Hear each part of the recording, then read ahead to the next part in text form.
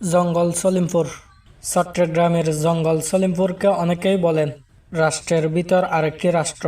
কারণ বছরের পর বছর ধরে এখানে গড়ে উঠেছে এমন এক প্রভাবশালী চক্র, যারা নিজেদের নিয়ম কানুনেই এলাকা পরিচালনার চেষ্টা করেছে বলে অভিযোগ রয়েছে।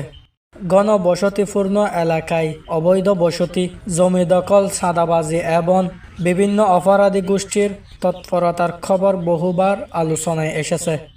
স্থানীয়দের দাবি, অনেক সময় সরকারি নিয়মের চেয়েও প্রভাবশালী গোষ্ঠীর কথাই বেশি কার্যকর হয়ে ওঠে এখানে।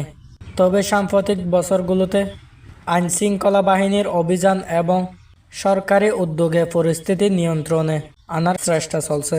তবু জঙ্গল সলিমপুর আজও বাংলাদেশের অন্যতম আলোচিত ও রহস্যঘেরা এলাকার নাম। প্রশ্ন একটাই, রাষ্ট্রের আইন কি শেষ কথা হবে, নাকি চলবে নিজেদের বানানো আইন?